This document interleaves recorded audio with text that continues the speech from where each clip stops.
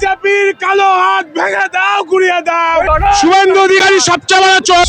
শুভেন্দু পাগলা এখন ওয়াশিং মেশিনে ধুয়ে মনে করছে আমি খুব ভালো হয়ে গেছি। এটা চোর, সুকান্ত চোর। সব বিজেপি যে কটা আছে সব কটা চোর।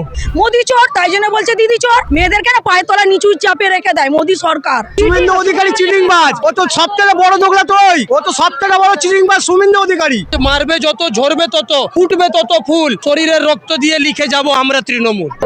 গতকালকে আইপ্যাক সংস্থা অর্থাৎ তৃণমূল কংগ্রেসের ভোট কৌশলী সংস্থায় ইডি রেড করে এবং এই রেডের প্রতিবাদ জানিয়ে আজকে একেবারে যাদবপুর 8B বাস স্ট্যান্ড থেকে হাজরা মোড় পর্যন্ত বিশাল প্রতিবাদে নামেন তৃণমূল কংগ্রেসের সুপ্রিমো মুখ্যমন্ত্রী মমতা বন্দ্যোপাধ্যায় এবং তৃণমূল কংগ্রেসের কর্মী সমর্থকরা। তবে দাবি তুলছেন যে কেন হঠাৎ করে 2026 বিধানসভা নির্বাচনের আগে ইডি রেড করলো আইপ্যাক অর্থাৎ তৃণমূল কংগ্রেসের ভোট কৌশলী সংস্থানে। এবং ইডির এই রেড করার বিষয় কিন্তু বিজেপি বারংবার করে বলছেন যে মুখ্যমন্ত্রী মমতা বন্দ্যোপাধ্যায় সমস্ত নথিপত্র চুরি করে নিয়েছেন এবং বিজেপির প্রাক্তন রাজ্য সভাপতি সুকান্ত মজুমদার বলছেন মুখ্যমন্ত্রী মমতা বন্দ্যোপাধ্যায় পাকা ক্রিমিনাল, তিনি তথ্য লোপাট করেছেন। এবং সাথে সাথে শুভেন্দু অধিকারী কিন্তু আজকে একেবারে প্রেস কনফারেন্স করে বলছেন মুখ্যমন্ত্রী মমতা বন্দ্যোপাধ্যায় ইডির কাজে বাধা দিয়ে একেবারে ঠিক কাজ করেন। এবং এই সমস্ত বিষয় নিয়ে যখন তৃণমূল কংগ্রেসের কর্মী সমর্থকদের প্রশ্ন করা হলো তারা ঠিক কি করলেন সরাসরি শোনাবো আপনাদের। বিজেপির প্রাক্তন রাজ্য সভাপতি সুকান্ত মজুমদার বলছেন মমতা ব্যানার্জি পাকা ক্রিমিনাল। যে যেমন আয়নায় তার মুখটা সেইভাবেই দেখে। ক্রিমিনাল কে বা কারা বাংলার প্রত্যেকটি মানুষের কাছে প্রমাণ।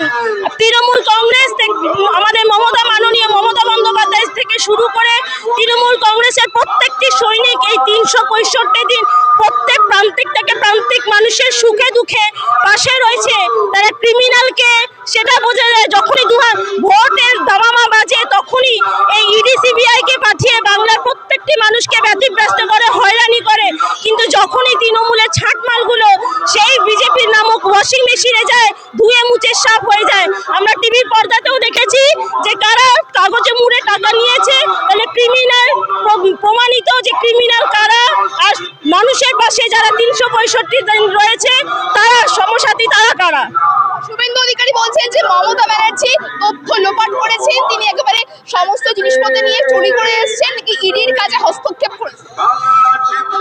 আজকে বিজেপি নামক এই যে গুজ্জু ভাইদের দলটা, এই সন্ত্রাসবাদী যে দলটা আজকে এই ইডি নামক সংস্থাটিকে ইডি সিবিআই প্রত্যেকটি সংস্থাকে শুধুমাত্র নিজেদের স্বার্থ চরিতার্থ করার জন্য নিজেদের কাজে লাগাচ্ছে এবং ঠিক যখনই ভোট আসে তখনই পাঠিয়ে দেওয়া হয়, তারপরে আর তাদের কোনো দেখা সাক্ষাৎ নেই। তারা শুধুমাত্র এই আইপ্যাকের অফিসে হানা দিয়ে যে নোংরা চক্রান্ত করেছে এবং নগ্নতার রাজনীতি, তৃণমূলের স্ট্র্যাটেজি, তৃণমূলের ভোটের যে লিস্ট, যে ক্যান্ডিডেটের লিস্ট চুরি করার জন্য এসছে সেই চক্রান্তর রুখে দাঁড়ানোর জন্য আমাদের নেত্রী সম্মুখ সমরে সেখানে উপস্থিত ছিল এবং থাকবে। যখনই বাংলার বিপদ আসবে তিনি থাকবে, তাকেই শুভেন্দু অধিকারী পাবে। গতকালকের ঘটনার পর থেকে মুখ্যমন্ত্রী মমতা বন্দ্যোপাধ্যায় বলেছিলেন একেবারে রাজপথে তিনি হাঁটবেন ইডির বিরুদ্ধে। এই যে বিজেপির প্রাক্তন রাজ্য সভাপতি সুকান্ত মজুমদার বলছেন যে মমতা নাকি পাকা ক্রিমিনাল, কি বলবেন? এটা চোর, সুকান্ত চোর। সব বিজেপি যে কটা আছে সব কটা চোর। ও বাংলাকে ধ্বংস করে দিচ্ছে। মমতা ব্যানার্জি তথ্য লোপাট করার জন্য গেছিল ইডির, তথ্য লোপাটের জন্য গেছিল আইপ্যাকের অফিসে। কি বলছেন? তথ্য লোপাট করার মমতার তৃতীয়বার এবং চতুর্থবার মুখ্যমন্ত্রী হবে, কেউ আটকাতে পারবে না। গতকাল থেকে যে চিত্র আমরা দেখতে পাচ্ছিলাম বিভিন্ন জায়গায় বলা হচ্ছে মুখ্যমন্ত্রী নাকি ফাইল চুরি করছেন এবং সেই জায়গায় দাঁড়িয়ে যিনি রাজ্য সভাপতি বিজেপির তিনি বলছেন যে মুখ্যমন্ত্রী পাকা ক্রিমিনাল, তিনি তথ্য লোপাট করেছেন। একটা জিনিস যে ক্রিমিনাল হয় সে ক্রিমিনালই বলে পরকে। আমি যদি চোর হয় আমি আপনাকেও বলবো আপনি চোর। মোদি চোর, তাই জন্য বলছে দিদি চোর। কেন দিদি চোর না, দিদিকে চোর বানানো হচ্ছে, যেন মোদি চোর ওই জন্য বলছে চোর। কথাই আছে চোরের মায়ের জোরে গলা, যেহেতু চোর মোদি ওই জন্য দিদিকে বলছে চোর। নিজে তো চোর, নিজে ক্রিমিনাল, তাই জন্য যে ক্রিমিনাল হয় সে লোককে বলে ক্রিমিনাল। ওরকম দিদিকে উনিও বলছে ক্রিমিনাল, কিন্তু দিদির ক্রিমিনাল আর যে ক্রিমিনাল হয় সেই লোককে ক্রিমিনাল বলে। সেইটাই হচ্ছে পরিস্থিতি। আপনারা তো রাজ্য সরকারের কাছ থেকে অনেক কিছু পেয়েছেন, লক্ষ্মী ভান্ডার, কিন্তু কেন্দ্র সরকারের কাছ থেকে কি পেয়েছেন? কিছু পাইনি আমরা। দিদি আছে বলে আজ এই বাংলার মেয়েরা সুরক্ষা আছে। রাত্রি 10টা নেই, 12টা নেই, 1টা নেই, মেয়েরা সুরক্ষা নেই। মেয়েরা রাস্তাঘাটে আগে হাঁটতে পারতো, মোদির ওদিকে হাঁটতে পারে, কোনো মেয়ের সুরক্ষা নেই। মেয়েদেরকে না পায়ের তলা নিচু চাপে রেখে দেয় মোদি সরকার। মমতা ব্যানার্জি রাখে না, মমতা ব্যানার্জি মেয়েদেরকে ফ্রিডম দিয়ে রেখে দিচ্ছে, সম্মান দিয়ে রেখে দিচ্ছে। আজকাল এই বাংলায় মেয়েরা ছেলেদের যোগ্য। একটা ছেলে যেরকম চাকরি করে বলতে পারে, একটা মেয়েও বলতে পারে হ্যাঁ আমি চাকরি করি। মোদি বলছে বেটি বাঁচাও বেটি পড়াও। ও বললে পরে সবাই যদি বলে সব কি করছে নাকি? মোদি কি করেছে? বেটির লেগে করেছে মমতা ব্যানার্জি, দিদি ছাড়া কেউ করেনি। লক্ষ্মী ভান্ডার দিচ্ছে, বেকার ভাতা দিচ্ছে, রূপশ্রী দিচ্ছে, সব দিচ্ছে। 28খানা প্রকল্প কি না কি দিচ্ছে, কন্যাশ্রী দিচ্ছে, বা মেয়েরা সাইকেলে যেতে সাইকেল দিচ্ছে, সব দিচ্ছে। হ্যাঁ, ন্যায্য মূল্যে রেশন দিচ্ছে, আমরা গরিবরা খেয়ে বাঁচছি। শুভেন্দু অধিকারী বলছেন যে মুখ্যমন্ত্রী নাকি ইচ্ছাকৃতভাবে ইডির কাছে বাধাপ্রাপ্ত করেছেন, কি বলছেন? চিটিংবাজ শুভেন্দু অধিকারী, চিটিংবাজ। ও তো সব থেকে বড় দোগলা। তো ওই শুভেন্দু অধিকারী আগে কোথায় ছিল, এখন কোথায় গিয়ে চিটিংবাজি করছে? ও তো সব থেকে বড় চিটিংবাজ শুভেন্দু অধিকারী। চিটিংবাজি সব আনতে পারছে মোদি। প্রকল্প চলছে মেয়েদের, বেটি বাঁচাও, এসব। ওই যারা ললিত মনি চুরি করে চলে গেছে তাদের আনতে পারলো না, দেশের টাকায় দেশে আনতে পারলো না। কিছু এখানে আসতে পারবে না, কোনো থাকবে না। দিদি আছে, দিদি থাকবে। বলে না গালি গালি মে সরে, মোদি সালা চোর, মোদি চোর। আজকেই একেবারে বিধানসভার সামনে দাঁড়িয়ে শুভেন্দু অধিকারী বলছেন, কিছু প্রুফ দেখিয়ে তিনি বলছেন যে মমতা ব্যানার্জি নাকি চোরেদের রানী, চোরের ব্যানার্জি, এরকম করে তাকে সে তো লোককে চোর বলবে। শুভেন্দু অধিকারী তো চোর, ওই জন্য তো চোর বলছে। যে মালিক আছে যে নরেন্দ্র মোদি, সে তো বাংলাদেশ শেখ হাসিনাকে ঠাই দিচ্ছে, তাহলে কি বলা যাবে ওকে? নরেন্দ্র মোদি যে হাসিনাকে ঠাই দিচ্ছে, তাহলে কি বলা যাবে ওর বিষয়ে? ও যে চোর বলছে, নিজেরটাকে দেখুক, নিজের কি করছে, তারপর তো মমতা ব্যানার্জিকে বলবে। মমতা ব্যানার্জি এই বাংলায় যে দৃশ্য দেখতে পাচ্ছিলাম ইডি এবং মুখ্যমন্ত্রী মমতা বন্দ্যোপাধ্যায়ের নাটকীয় চিত্র, সেই জায়গায় দাঁড়িয়ে সুকান্ত মজুমদার বিজেপির প্রাক্তন রাজ্য সভাপতি বলছেন মমতা ব্যানার্জি নাকি পাকা ক্রিমিনাল, তিনি তথ্য লোপাট করেছেন। কি বলবেন একজন তৃণমূল কর্মী হয়ে? দেখুন, আমার মূলত কথা হচ্ছে পাগলে কিনা বলে ছাগলে কিনা খায়, কিন্তু আজকে মমতা বন্দ্যোপাধ্যায়ের এক ডাকে এইখানে যে জনস্রোত দাঁড়িয়ে পড়েছে, সেই জিনিসটা আপনারাও দেখতে পাচ্ছেন, আপনারাও সাক্ষী হচ্ছেন, আমরা সকলে সাক্ষী হচ্ছি।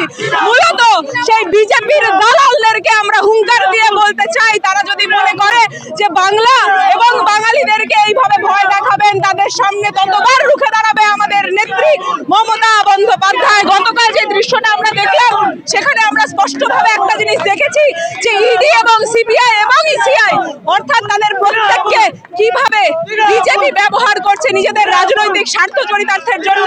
কিন্তু মূলত আজকে এই জনস্রোত, এত জনস্রোত দেখে আমরা প্রত্যেকে একটা জিনিস বুঝতে পারছি যে তারা প্রত্যেকে এই মাটির রক্ষার্থের জন্য এখানে এসছে। তারা এক ডাকে, তাদের নেত্রীর এক ডাকে, মমতা বন্দ্যোপাধ্যায়ের এক ডাকে এখানে উপস্থিত হয়েছে। আপনারা বুঝতে পারছেন আমাদের।